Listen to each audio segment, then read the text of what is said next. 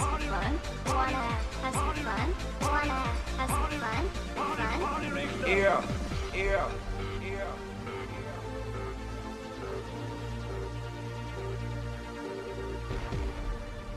Well, this is the remix rewind for week. I don't even know what fucking week this is. This is the end of the regular season, week 14. This is your beleaguered, under siege commissioner, Hollywood Hogan, who is forced into an early retirement. Too many CTE punches to the head. I'm joined by the, I'm sure, somewhat elated and ecstatic Mr. Assistant Commish. Sir, you've been under siege this year too, and yet you come out in the top 6 and have a playoff berth. So congratulations, first and foremost. How are we feeling looking back on the regular season from your vantage point? Yeah, thanks. And yeah, it was bad. I remember being out of the playoffs for definitely a while this year, but I think I've stayed around fifth, definitely the last week or two. And yeah, I think I've kind of just been in the hunt the last, I don't know, 6 weeks or so of the regular season, I think. So, yeah, it feels good though. But I got to give props to Big Show though, Perez. I mean, he really showed out this last week. He gets top dick and he's riding high in the playoffs. Jesus Christ. Yeah, I suppose we should say something about this guy. He finishes deservingly first overall, and after sort of riding his ass a bit Mm-hmm. earlier in the year for not winning top dicks, he reels 2 in a row off to end the regular season, Yeah. and it just makes perfect sense.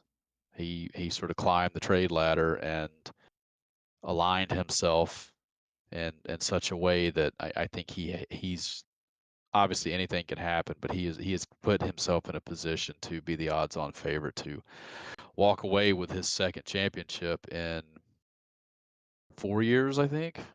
Yeah. So he's definitely a force to be reckoned with. Um, I'm happy if you want to either break down his week, break down his year, look at his roster, or break down some of his trade moves to sort of see exactly how he got himself in this position. But you definitely have to marvel at the man who not only was the clear cut in terms of points scored, but he somehow was the magician. He was the only person who was scored on under 2,000 total points this year. Mm-hmm. He just squeaks under that number. So uh, you have to have a little bit of luck on your side, and you have to have a really good team that can score points, and he had both this year. So he definitely has history on his side in terms of the teams that typically come out on top in these things. Yeah, yeah. I mean, now what can he do? He got really lucky. I mean, nobody put up a lot of points against him. Plus you mix in him dumping the most on anybody. I mean, I don't even think he had a tough matchup most of the year. I mean, I think he had a week, a couple of weeks ago where he didn't score much, but I think he had buys or something. I mean, I could be wrong about that. Sure, I mean, he's had his share of I would say bad luck as well. I don't know if he had anybody that was lost to season-ending injuries, but he sustained some fairly significant injuries early on and some tough situations. If you recall, Puka Nakua, I don't know if he played week 1. If he did, he was injured, and he was out pretty much the first half of the regular season for us. And then in his first initial trade, he got back Justin Fields, who was sort of a surprise starter, and for 6 weeks he was great, and then all of a sudden Pittsburgh pulled the rug out from under him after he won 4 of their first 6 games and turned the reins over to Russell Wilson, and all of a sudden he's left sort of holding the bag and not a second quarterback, which we have well documented in this league to sort of rile him up a little bit, but that was sort of a weird turn of events. You don't really see very often winning NFL teams switching quarterbacks mid-season. So that was sort of bizarre. And he dealt with injuries with Brian Robinson Jr. and I'm sure some others sort of like lingering in the mid-season. And I think that like it capped his overall scoring. Uh, and that didn't allow him to really flourish. But as he was able to round out his roster, make pretty good free agent pickups And you got to hand it to him, make some trades that essentially just made him bulletproof, like Hmm. Mr. Trump himself. It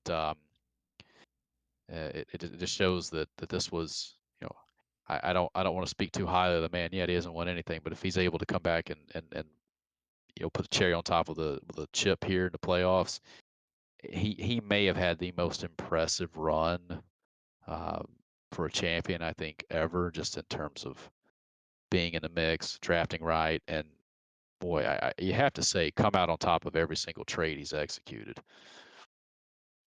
Yeah, you're right about that. He's he's played everyone like a fiddle correctly, and yeah, he's looking good. He gets to sit around on a bye week to start off the playoffs, and he gets to try to get in their top dick on the sideline. I want to take this opportunity to, yes, I mean, obviously he is well deserved. He gets the first round bye in the playoffs, and uh, we'll break down all the matchups, who's in, who's out, and and preview the quarterfinal matches, and maybe give some predictions. For the listening audience, the three of you that tune in here, I just want to I want to use his. I've personally thrown a lot of pseudo shade on him in this season for giving him some grief for some of these trades and how he just come out on top and has become fairly invincible. But nothing he did was shady in the sense that it was illegitimate.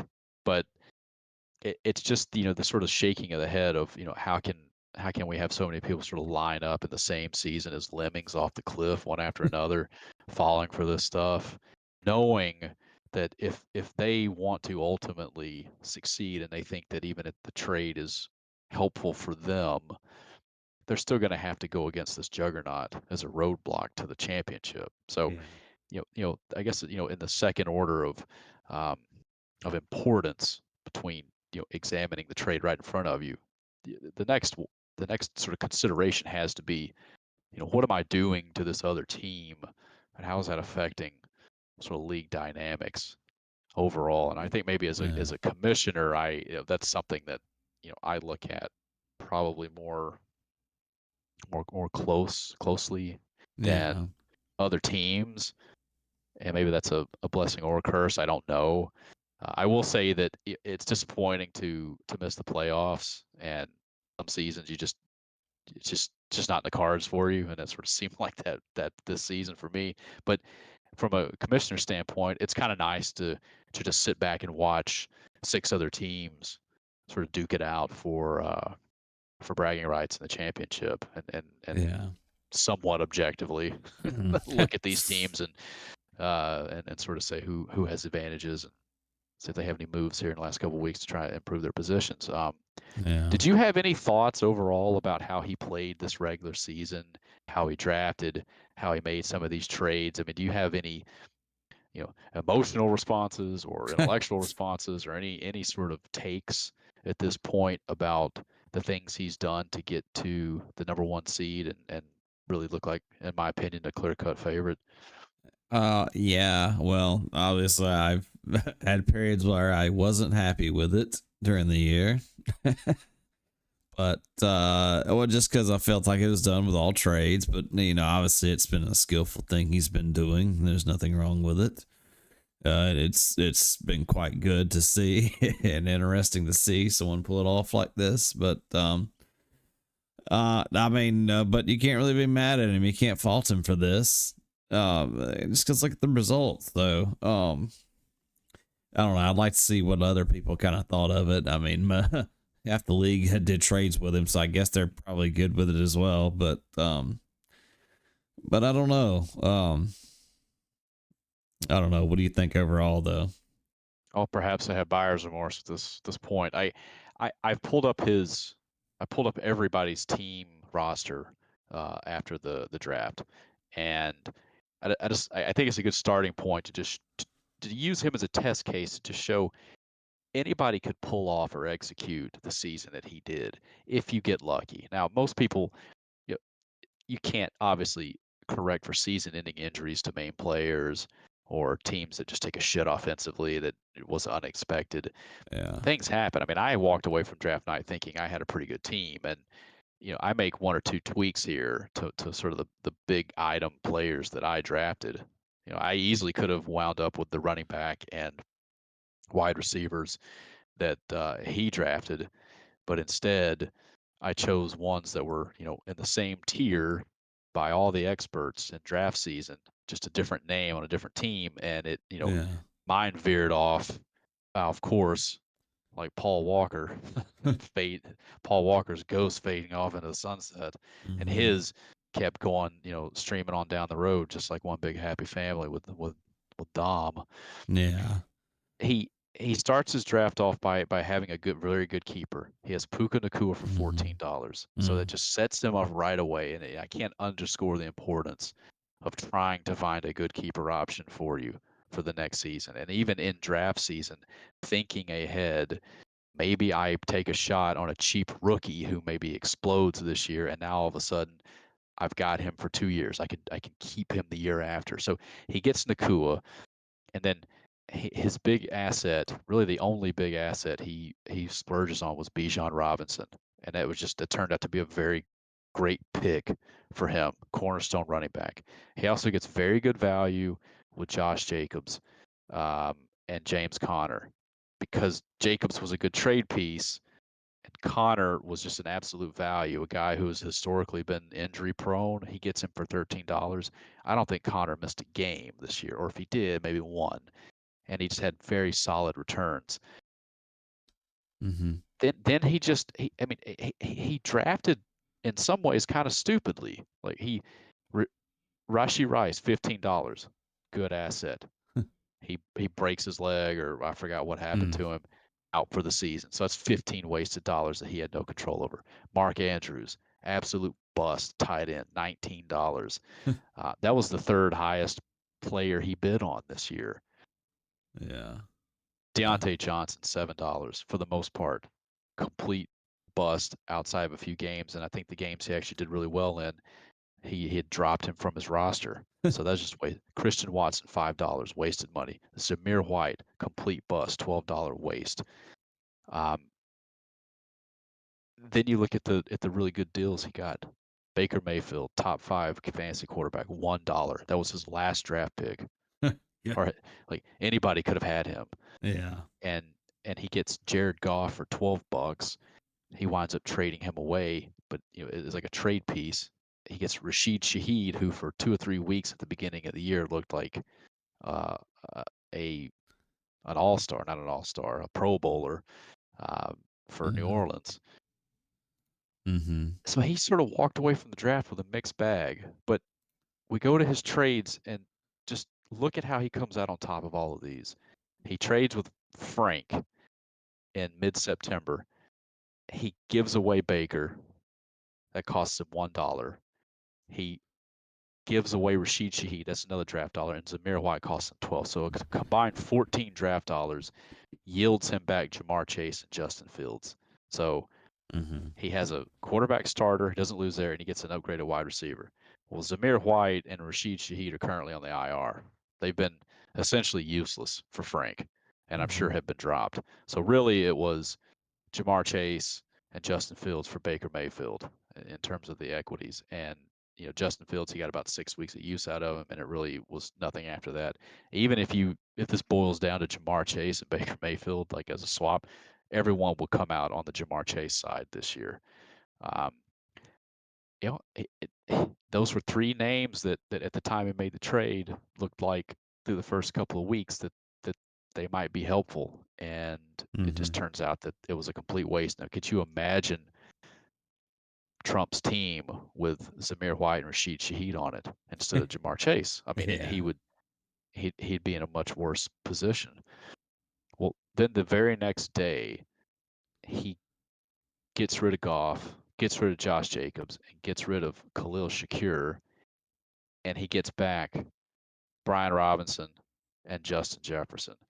Now, what makes this sort of a difficult pill to swallow is he gives up Josh Jacobs, who has had an amazing season. But if you look at his numbers through like the first 4 or 5 weeks, He was getting a lot of volume, but just wasn't scoring touchdowns.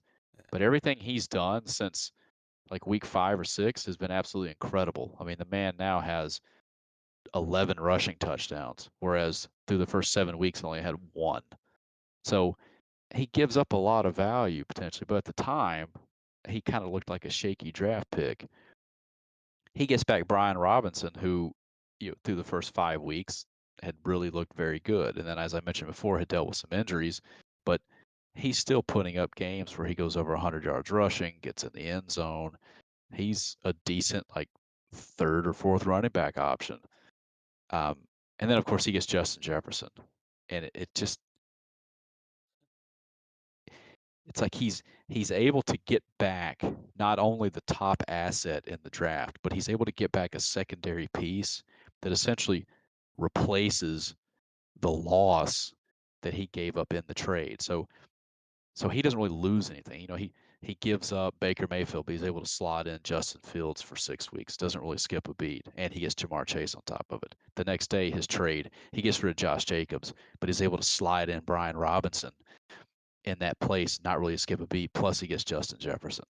Yeah. Then we skip a little bit. Then he goes and preys on Nick Saban a little bit. At the time, Nick was at the bottom of the standings, and he picks up Nico Collins, who missed 5 or 6 games because of a hamstring injury. Was the wide receiver one until he got injured, and he just gives up, in some ways, chump change. He gives up Mark Andrews, who we mentioned was a bad draft asset. Mark has had some good games, but Nick dumped him to the waiver wire. He wasn't that good. Bucky Irving had He's some been good good. games. Yeah. He's had some good games. Minnesota defense, I mean, how often do we really see defenses as a part of a trade piece? It's just, who would you rather have, Irving and Andrews or Nico Collins?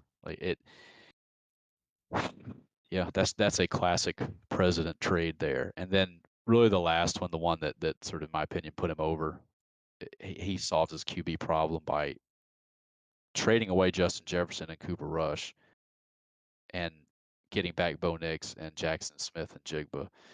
The Cooper Rush piece is just that's just sort of a throwaway.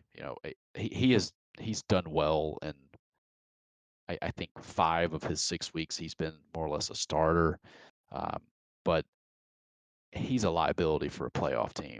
You can't go into a playoff game thinking you're going to start Cooper Rush and feel good about it. So he knew he needed an upgrade. So he gets Bo Nix, who has consistently put up at least 16 points every fucking week. And that erases all problems he has at QB. And then you say, well, he gave up Justin Jefferson. Justin Jefferson is considered by many to be the best wide receiver, pure wide receiver in the NFL. So he gave up a ton to get that back. Well, I want you to look at Justin Jefferson's numbers with the exception of his sort of explosion this past week against Atlanta, who I will tell the listening audience, Atlanta has the worst secondary for fantasy purposes in the league. From weeks 8 to 13, Justin Jefferson scored 0 touchdowns. In his wide receiver core of Jefferson, Chase, Nakua, and Nico Collins, Justin Jefferson, for fantasy purposes, was his worst wide receiver. So, as ridiculous as it is to say, Justin Jefferson, he gets rid of his worst wide receiver and solves his QB problem. And yes, Jefferson went off, scored 2 touchdowns, went over 100 yards this week. But he has to face the 27th ranked defense for Knights this week, and if he makes it to the championship round, he's got to face the 25th ranked Green Bay defense secondary in the championship round potentially. So it's tough. And what does he get back? He solves his QB problem, and you think, well, he got sort of a middling wide receiver back in Jackson Smith and Jigba. Well, I don't think so. Jackson Smith and Jigba is like 4th or 5th in the NFL in receiving yards. He has 75 catches and 5 touchdowns, and he looks like an absolute second-year breakout. So, he didn't really, once again, lose much. He gives up Jefferson. He slides JSN in as his 4th wide receiver, and he solves his QB problem. So I have talked a lot about this man's fucking team over the season and over the last like 8 to 10 minutes. Just take what I said about these 4 trades that he did and see what the common denominator is. this is a teaching lesson for anybody else in the league. This is how you trade. This is what you do. You find valuable players that shine for a couple weeks. You dump them off on somebody, give them one player that actually has name recognition and season-long standing value, and you get back the prized jewel of the transaction.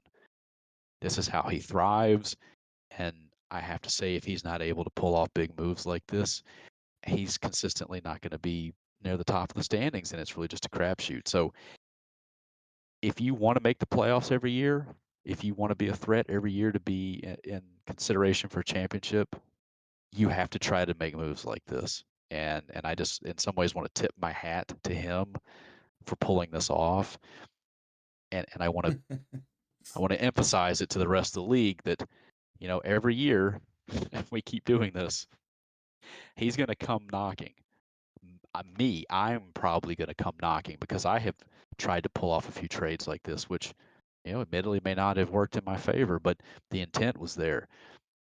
I think that's sort of a winning formula, and either you either need to shut it down if you're not interested in it, or you need to learn to tango and try to do some of this stuff yourself. So I'll put that to rest. I don't think I have personally any more comments for that. Any reaction you have at all to those trades or any of the moves that he made this year? Yeah, nah. But I think Vegeta already dropped Cooper Rush. I could be wrong about that too. Yeah, he is. He's not even rostered by him right now. Well, yeah. Like I said, I mean, he may not even need him, and I can't necessarily blame him for that. Although, Cooper Rush has a very juicy schedule, week 15 and 16. He has Carolina and Tampa Bay, so he may get 20 points again in back-to-back Yeah. weeks for a team that's maybe has a shaky second quarterback. You may pick him up. Yeah. But yeah, I mean, that just goes to show you. I mean, I every single one of these teams, I imagine. We'll talk about Shelby. We'll sort of transition to Shelby. I'm curious to see right now if he has the 3 players that Trump traded him back in September still on his roster. But I know for a fact Frank only has Baker Mayfield left on his team from that initial deal. Saban probably only has Bucky Irving. Maybe he has the Minnesota defense, but he dropped Mark Andrews. And to your point, Cooper Rush didn't even survive a week, maybe a week and a half on the Knights team. Yeah. But yeah, that's enough about the press for a little bit. Yeah, let's talk about this silent rogue that came in and got another top spot on us, Shelby. I gotta give my flowers to Mr. Shelby. He comes in here as a rookie and to our league, and he drafted pretty well. I mean, I didn't think it was going to work out when I looked at his team. I thought he had too many really young players, or players that were sort of questionable, and they all sort of worked out in some ways. Yeah, I mean, he picks up Brian Thomas Jr. for $3. That seems like at this point like a steal in the draft, even with Trevor Lawrence going down. He has been an absolute amazing player. Derrick Henry, $41 after the first week, kind of looked like, oh boy, this might not be a good week or a good year for Henry. He's been great. Terry McLaurin, it's been great, $13. Tua Tagovailoa gets hurt, and that might have been the reason why he got into a trade with the Prez, because he got back Jared Goff. But he traded. He had a lot of really young players: Rome Odunze, Ladd McConkey, Brian Thomas, as I mentioned, Jonathan Brooks. That looks like sort of a wasted pick. He was very young, and yet he was able to craft players, and he was able to, I think, benefit that second trade with Trump, or I guess his only trade. He gives up Justin Jefferson, but he gets back some really good, one really good piece in particular, Josh Jacobs, and I think it really solidified his roster. But I look at his team right now, and some of it just sort of seems like smoke and mirrors. Like, how can this guy sustain some of this? Um, but yeah, he hasn't had to make a lot of moves. I mean, if you look at his team as it exists now, like the biggest mistake he made was dropping uh, Chase Brown after he drafted him. He drafted him for $6, and he has been fucking lights out for 10 weeks now. And he really could use him as a secondary running back option. But the two-headed monster of Jacobs and Derrick Henry have just been pretty much unstoppable. I mean, Derrick Henry has scored double digits every single week. He has 13 rushing touchdowns and 1,400 rushing yards, and 2 receiving touchdowns on top of that. So he has been an absolute dog. And I guess he has kept everybody on his from that trade. Shakur's still on his team. Goff's still on his team. Jacobs obviously still on his team, Yeah. and he hasn't had to really make any moves, which in some ways is quite impressive. And Yeah. he's made six total roster moves. That is 12th out of 12 teams. So he's able to amass the second most points this entire year with a roster mainly of his own construction without any free agent moves and one trade. So I think he should be absolutely commended for how he was able to construct this lineup. And really, I have to say, take advantage of some luck. I mean, I cannot think of a scenario in which I've I've only had to make a handful of moves because my roster was so good and it wasn't affected by injuries. Mm-hmm. And he seems to kind of be there. Yeah. Well, I'm sure he benefited when Tua came back, though. I'm sure he's been doing a little better since that happened. Yeah, I mean, you would think. I mean, he has been great for the last 4 weeks, and Mm-hmm. he has kind of a mixed bag in terms of schedule down the stretch here. But he's definitely been putting up numbers, touchdowns, and not committing interceptions. Mm-hmm. That's great. I don't really Yeah. know what his option was in the middle part of the season when he was out with his brain injury, but Goff has been, eh, hit or miss. Been fairly steady. He's had some dud games, but he's just doing enough. Like the model. Another thing I'll say is when I won the league last year, I did it with, you know, non-flashy quarterbacks. I had sort of lunch pail guys. I think I had Yeah. Justin Fields and Brock Purdy. Well, Mr. Prez has Brock Purdy and Bo Nix now, and number 2 guy is Jared Goff and Tua Tagovailoa. So guys that didn't really go for a total lot, a lot of draft capital, are guys that are taking these teams to marching up to the playoffs because they're able to spend more money on their other positions. And it just goes to show if you can have wide receivers or running backs that play the whole season and are smash hits like Jacobs and Henry, and he got obviously, like I said, Brian Thomas, and I guess Lad McConkey has been, decently good. So was Khalil Shakur. It's I guess it's sort of a winning formula. He also stashed T.J. Hawkinson for 8 weeks, and that's kind of wild. He's only put up 2 weeks where it's been sort of decent numbers, but uh, I look at this lineup and I'm sort of scratching my head to see how he's able to accumulate so many points. But I guess McLaurin has been Oh, very scary, consistent. scary Terry.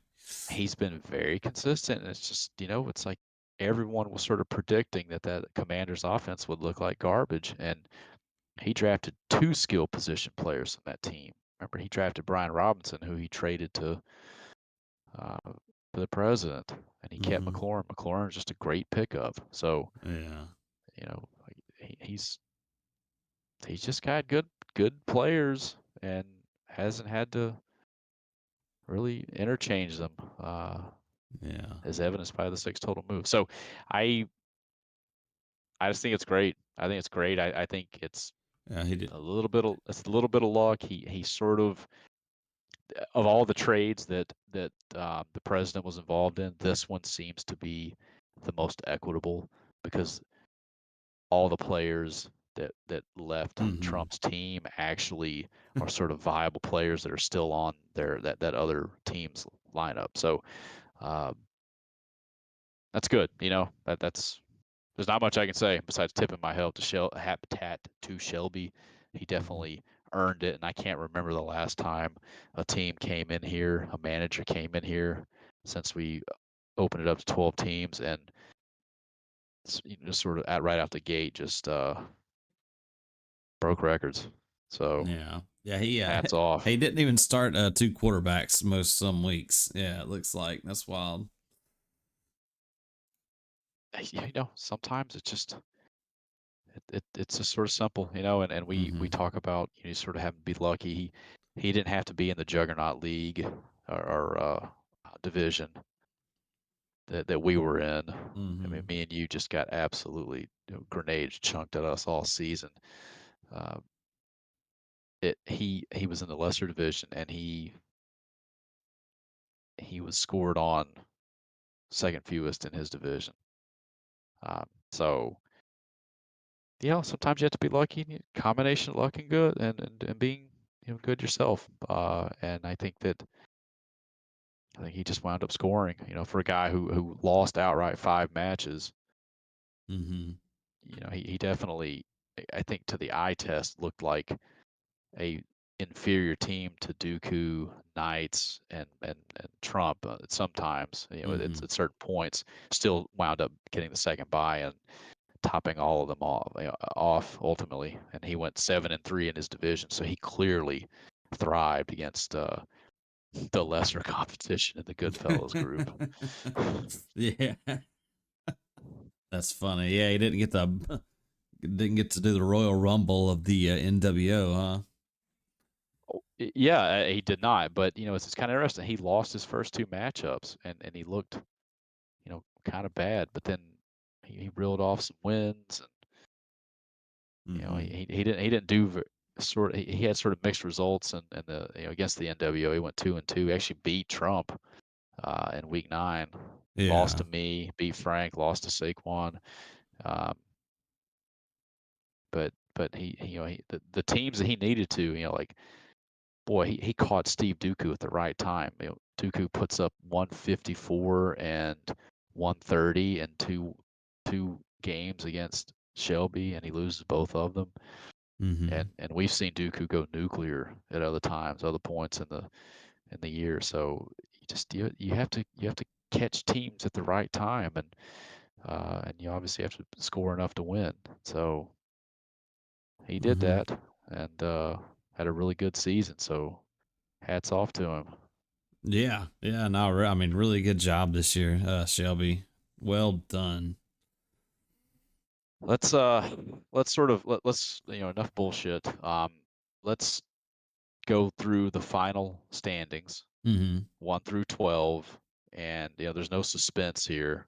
No, there was some minor shake up, but the top 6 teams from last week are the top 6 that ultimately made it in. So what do Mhm. you want to run us through our final standings? Yeah, obviously the Prez is first, 24.5 points. Uh, Shelby right behind him in 19. Steve Dooku in third at 18. Vegeta fourth with 18 points as well. Tiebreaker goes to Steve, most points scored on that. Fifth place is the assistant commissioner Slayer, 16.5. And rounding out our playoff team is Saquon D's Nuts, 14.5. The other 6, I mean, Nick Saban had a valiant charge. He made up a Mm-hmm. lot of points in the last few weeks, and he tried to make it a ball game, but there's just too much to overcome. Um, he needed sort of a perfect alignment the last week or two, and just things he couldn't control just didn't break in his favor. But he did everything he could. He made it all the way to 7th. I slid to 8th. Sally 9th, Warrior 10th, Bust his ass 11th, Frank 12th. Between Bust and Frank, like they just writing was sort of on the wall. They just didn't have this year. And it's Mm-hmm. kind of shocking that myself, Sally and Warrior, none of us made the playoffs after Sally and I finished 1-2 last year, and Yeah. Warrior was a semifinal team. Mm-hmm. So yeah, some weeks some years you got it, some you don't. It's kind of nice to see some new blood in here. Yeah. Steve, obviously, who I think I mentioned documented early in the year, came extremely close to winning the whole thing last year. He loses in the semifinals, finishes 4th, I believe. And uh,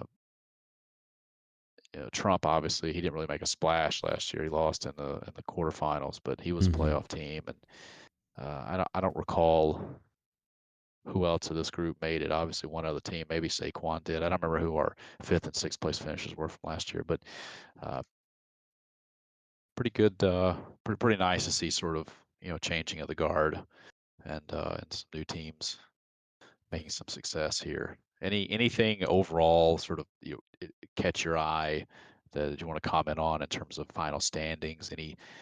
Any comparisons, for instance, to how Yahoo scored us just on wins and losses in comparison to our standings?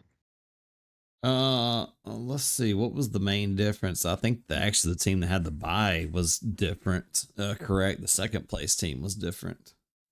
It would have been. So the top 6, I think, were all the same. There's no controversy there.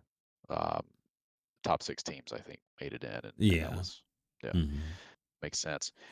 Knights, Vegeta would have been the 2 seed because he went 10-4 overall. Shelby only Mm-hmm. went 9-5, but Shelby scored more points, um, barely, but he was able to, I suppose, look better in his losses than Knights did, Yeah. because that's the only thing that could account for the extra point. Shelby perhaps was just a little more consistent than Dooku and Vegeta, and that's Mm-hmm. how he was able to sort of edge them, so to speak, uh, Yeah. for that spot. And that's good for him, man. I mean, that's 1 week you don't have to play these swinging dicks. Is just that you're guaranteed to make it to the final 4, and that's all you can hope for. Yeah. Yeah. Do you want to dive into these first round matchups? Very exciting here. Let's do it. So, just to reiterate, our standings that we look at and we abide by are the ones that we've been keeping track of ourselves, our own independent scorings. And I have used the commissioner tools now to reseed everybody 1 through 12, the championship and consolation brackets. So Mm-hmm. as you see it now on the app or on the desktop, should be the correct order for everybody. So President Big Show, 1st seed, 1st round bye. Thomas Shelby, 2nd seed, 1st round bye. And then we have, as you mentioned, Dooku is the 3 seed, Vegeta's the 4th seed, Slayer 5th seed, Saquon 6th seed. So the way the sides of the bracket will work, we're going to have in week 15, Dooku as the 3 seed is going to play Saquon as the 6th seed. The winner of that match will play Shelby, the 2 seed, in the semifinals.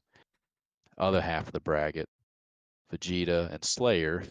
Look at this. You get a rematch of your week 14 duel. Yeah. So you get to play each other in back-to-back weeks, which is pretty interesting. I don't know that we've had that bleed over Mm-hmm. like that before. Yeah. Winner of your match has the honor of facing Mr. Trump in the Mm-hmm. semifinals. Yeah. And obviously the winners of those semifinal matchups will play each other in the finals. So that's the breakdown of the way this bracket uh, looks, and there's just a sort of slight tweaking from what Yahoo would have had. Mm-hmm. Yeah. So, what do you think about those matchups, though? Pretty intriguing, though. You think both sides of that first round here? Well, let's look up our first matchup and get into Steve versus Saquon. Um, this should Mm-hmm. be, I think, pretty good. I mean, these teams have looked great, and obviously were I don't mean to stumble over my words. Yahoo is being extremely fucking weird, and I can't actually pull up the matchup and look at their Um, lineups. well, Steve's projected to be a heavy favorite right now, unless maybe some lineup changes are different or something. But yeah. Well, I mean, what do you? Steve's. So, yeah, well, talk about Steve's team while I try to figure out what the hell I can and can't Yeah, see here. yeah. No, Steve's projected to get like 167. Saquon about 137. But Steve's gonna have Lamar out there. And Saquon, he's got Geno and Russell Wilson in his lineup. He's probably gonna switch out like C.J. Stroud for one of those. If I had to guess, could be wrong. But yeah, Steve, I mean, he's got one of the best running backs, maybe even the best draft pick so far this year with Saquon Barkley. I think him and Joe Mixon are going to do well for Steve in this matchup. But Saquon's got a good running back in himself with David Achane, so that'll be a good between Barkley and Achane. See who does the best. But other than that, though.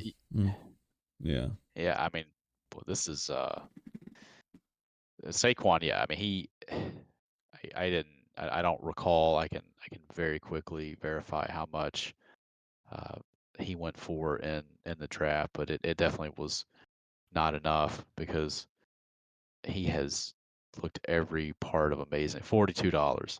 So, yeah, I know that's a screaming value. I mean, if you could tell me right now, I could lock in Saquon for 52 next year, which is what his cost would be to keep him.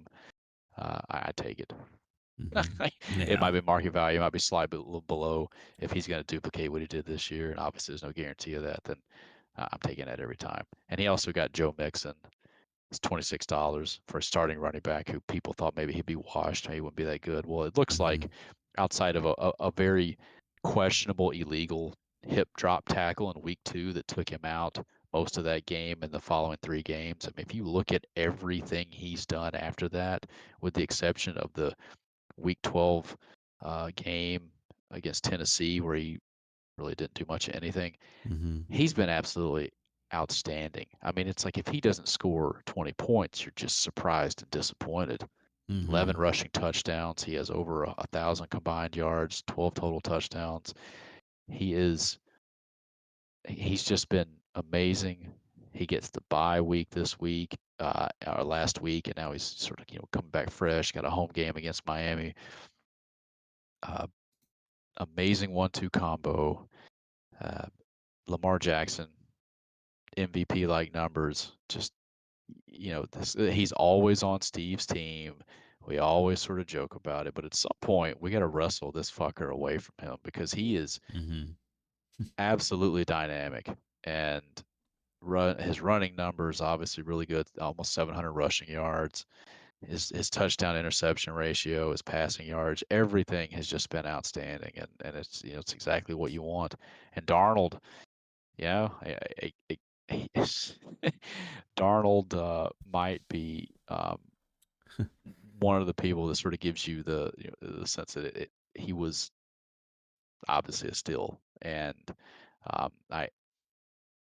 no one thought that he would do what he did in Minnesota, but he's been a pretty serviceable second quarterback. Yeah, I'd say more than serviceable, hasn't he? He's been good this year. Well, especially the last 4 weeks. Jesus Christ.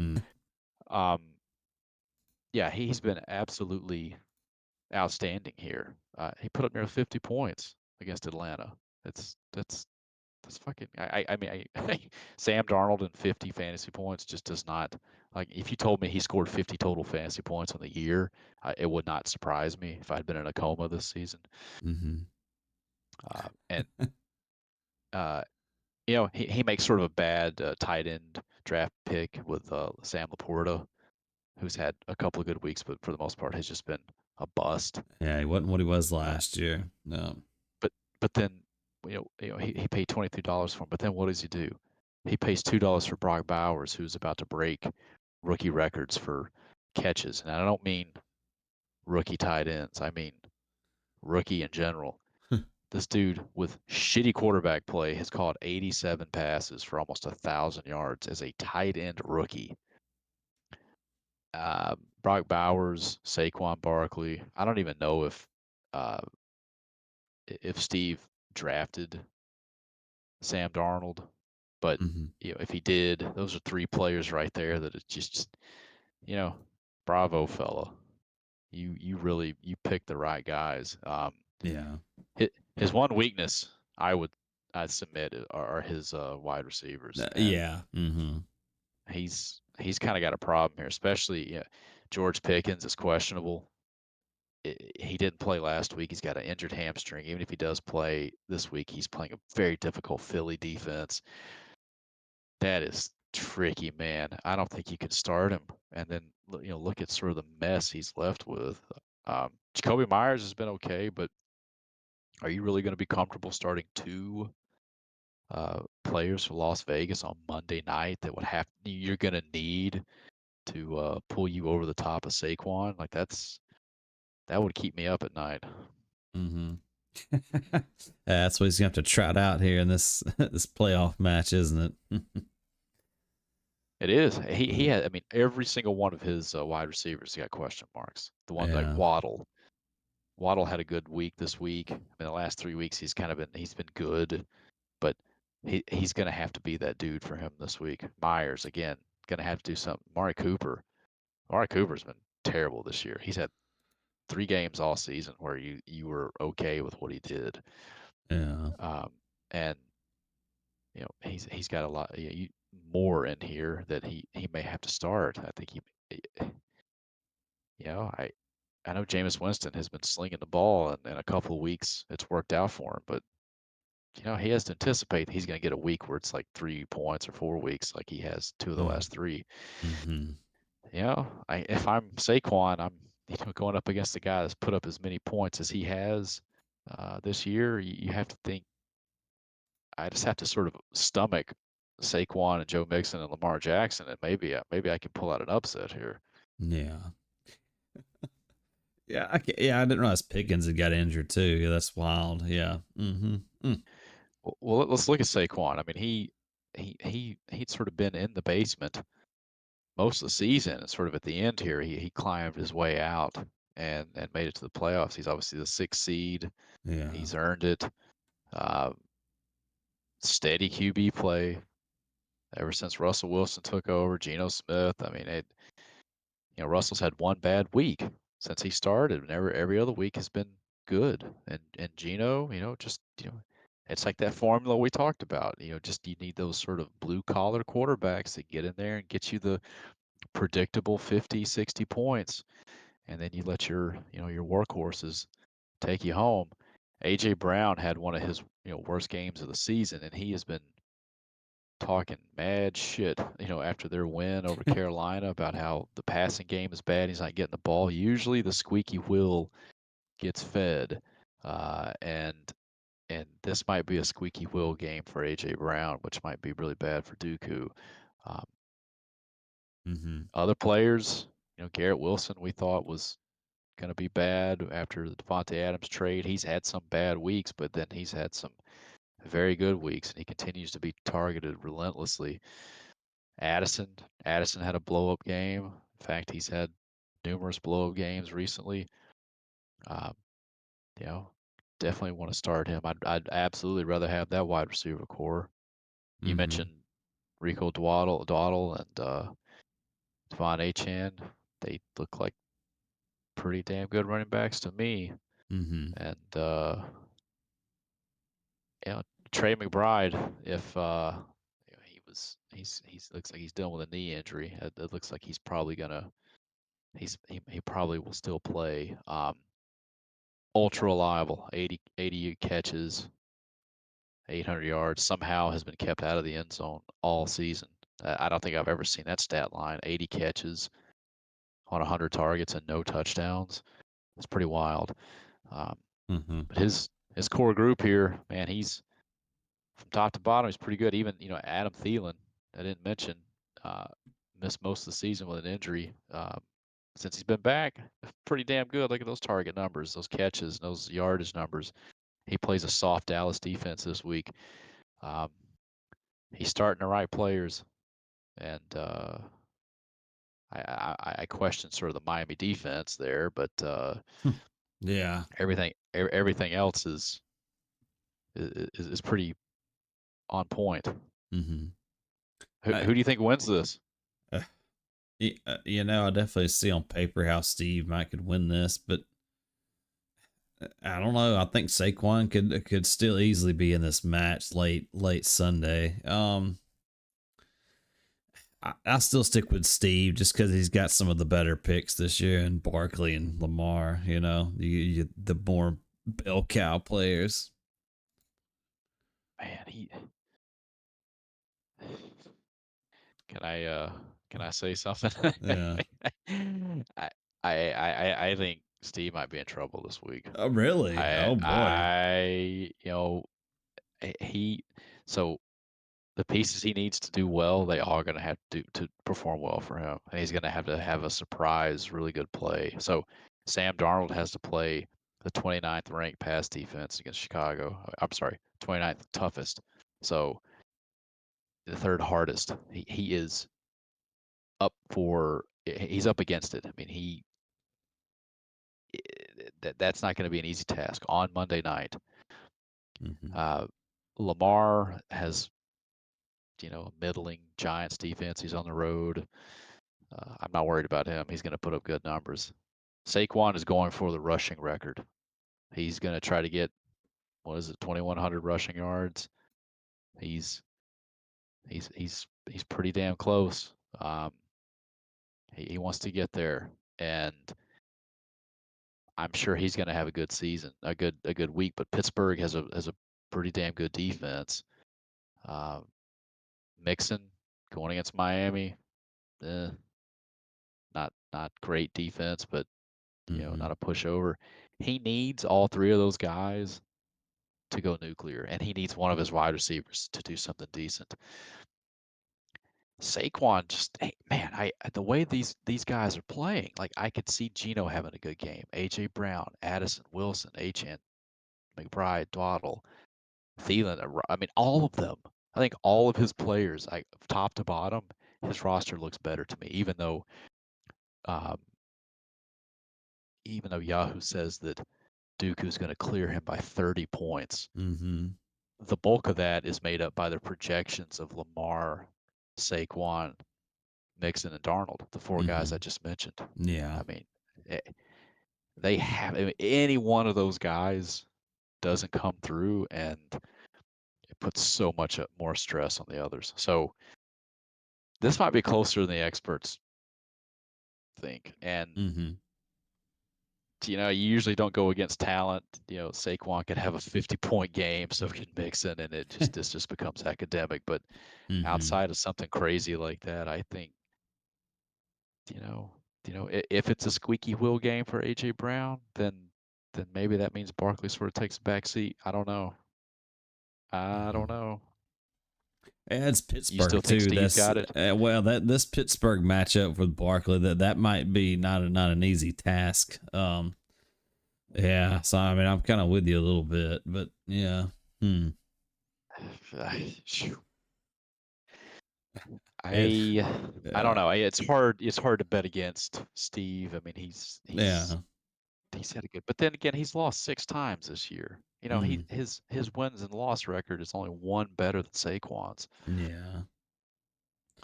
I And definitely say it could these be more of a toss up instead of maybe a huge favorite for Steve. You know what I'm saying?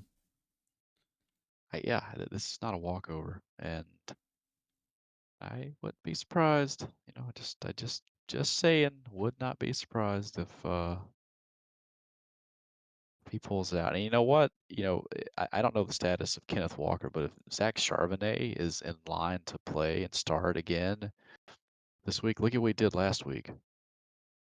He put up Hmm.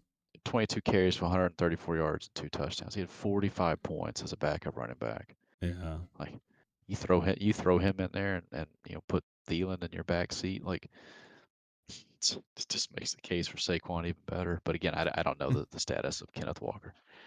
I think it's gonna Yeah. be a good matchup. I can easily see a scenario in which Saquon wins, and frankly, just my gut right now is telling me that Saquon might have a better overall team than him. Mm.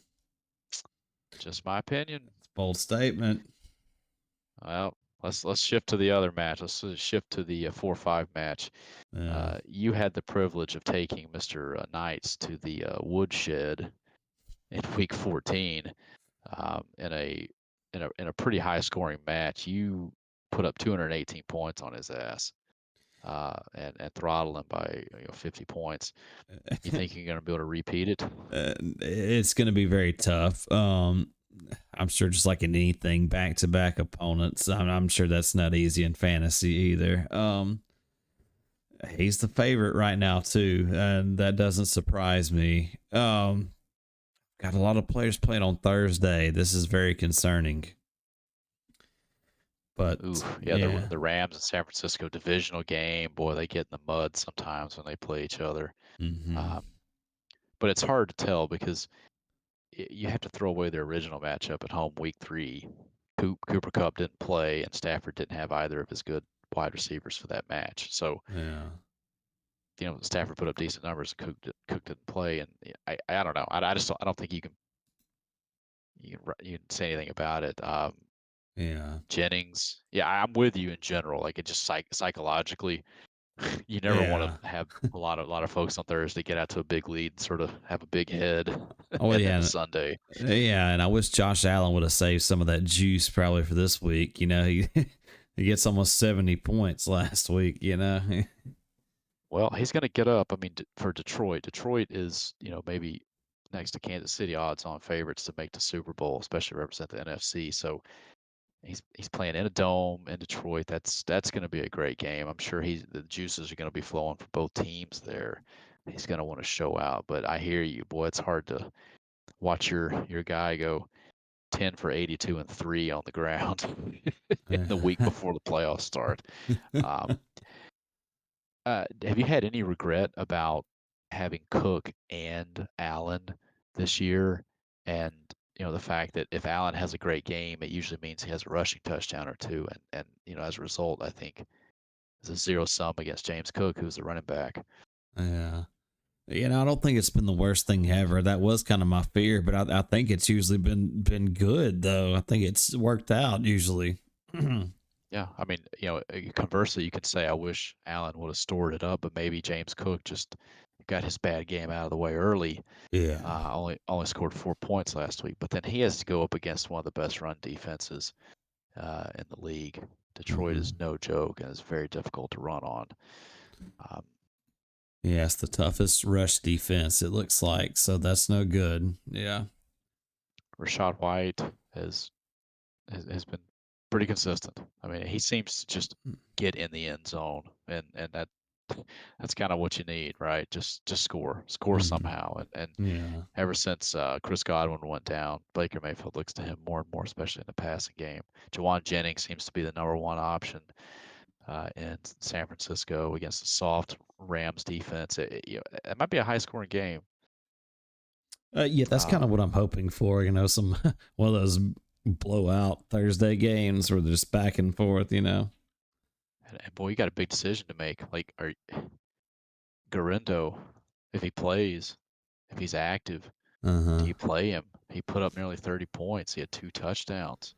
They rode him. Yeah, this is kind of what I wanted to ask you. I don't really want to ask for lineup advice, but if Garindo goes, then I have an issue. I've got questions. It would be between him and Jennings, right? Maybe him, and between Cook and White, some combination of the three, or mixing the wide receiver Mooney or Jennings. Yeah. Boy, yeah, that's hard. I feel like it's Kupp's in your lineup, Allen's in your lineup. Rachaad White, if Bucky Irving is limited or out, his upside is there. Yeah. Yeah, I hear you. You always kind of want to go for the running back. I feel like just total touches. That the Rams are middle of the pack against against the run. Jennings, like I mentioned, the Rams are pretty soft against the pass, but Then again, I I, had another Thursday player in though. If I put him in, is the problem as well. yeah, I don't think you could. So I mean, if the question is, do you like bench Mooney over Jennings? Uh, Mooney had a great game against Minnesota, soft defense. Las Vegas on the road has a pretty good. The case could be made that you bench Mooney. Yeah. Um, there's a lot of rumblings in Atlanta. Kirk Cousins has not looked good recently. Mm-hmm. But then, if you the prospect of benching Mooney, putting Jennings in your lineup, and starting Garendo, like It doesn't you are sound like putting. a good move, does it? I mean, if you do that, you are investing so heavily in that Thursday night game. Like if Yeah. it turns out to be a slobber knocker division first to 13 points wins, like you're fucked. You're completely done the first game Yeah. of the Yeah. I playoffs. mean, I might could write myself off in one night. Yeah. But Yeah. but you leave Jennings on your bench, you leave Garendo on your bench, and they get you another 25 points. You won't live with yourself. Yeah. If you're asking me what I would do, I would make a call between Mooney and Jennings, make that decision, and then if Garendo is active, I think I start 3 running backs. I don't think I start these sort of maybe questionable, maybe good wide receivers. Garendo, they rode his ass last week. He had 2 touchdowns. They gave him the ball. He caught 2 passes for 50 yards. Um, It's looking like he's not going to go though. Really, that foot is hurt, and it's a short week. Well, just see, I mean, he only touched the ball 17 times. I say they rode him. I guess that's Yeah. inaccurate. Um, but it was a blowout victory. So maybe in a closer game, they would have needed to use him more. Kyle Shanahan's system dictates they have to run the ball first. They do it very well. Yeah. You got a tough decision, man. I don't envy it. Yeah, that's these tough managerial decisions here. Well, that's what separates the men from the boys. You got to get Yeah. out there and earn it. What do you think about Vegeta over here? Vegeta's kind of interesting. I mean, Justin Jefferson, his new shining acquisition, has to play Chicago on Yeah. Monday night, that game we already talked about. And look what he did a couple weeks ago when they had to play Chicago. He went 2 catches for 27 yards, put up his worst week. Chicago just zones in on him. He's got Aaron Jones here, same game. Chicago is, the way to get them is to run the ball on them, and he's looked okay. I mean, he hasn't been great, but he's been pretty serviceable. He has picked up Mark Andrews. We've mentioned Mark has had some up and down games, but he's sort of stabilized more recently. Mm-hmm. The Giants, surprisingly, are very good against tight ends, so I don't know how much he's going to be able to sort of attract there. I think it's interesting that he's benching, at least right now, Deebo Samuel in that same Thursday night game. That just goes to show you how much of the passing game is going through Jennings and not Deebo. Yeah. Um, uh, top to bottom, Mahomes is playing, a decent Cleveland defense on the road. He's putting up, okay numbers. He's not been the sort of fantasy stud from years past, and now he's playing Bryce Young, who gets a really good Dallas team, and he's looked okay. Boy, that's a tough call, man. You got to choose between Bryce Young and Cooper Rush, who you're going to play in the playoffs. And I had joked earlier that you don't want to have your playoff life resting on Cooper Rush. Do you want to have your playoff life resting on Bryce Young? Hmm. Uh, You better hope it's the latter year, Bryce Young, right? yeah, that's. I mean, he's put up some points. It doesn't look bad. Yeah. Tony Pollard's got a hurt ankle. Mm. He plays a somewhat difficult Cincinnati defense at home. He's been hit or miss recently Mm-hmm. in terms of his effectiveness. Chase Brown, I think I mentioned before, has just been an absolute stud in that same game. They give him the ball in everywhere. and he Yeah. finds a way into the end zone almost every week, and he just has outstanding statistics, catches, total touches. Mm-hmm. Frankly, his weakness here is he's starting Keon Coleman. I don't. This is nuts to me. He's starting Keon Coleman over Debo Samuel. I don't know what makes him think that Coleman is going to have more of an impact here in his first game back from a wrist injury Mm-hmm. as a rookie. Eh, You know, DeAndre Hopkins, he's put up okay, serviceable numbers, but nothing over the top, with the exception of Week 9. Yeah. And Jefferson, he could very easily go nuclear again, 7 for 130 and 2, or he could be shut down by Chicago like he was 3 weeks ago. Mm-hmm.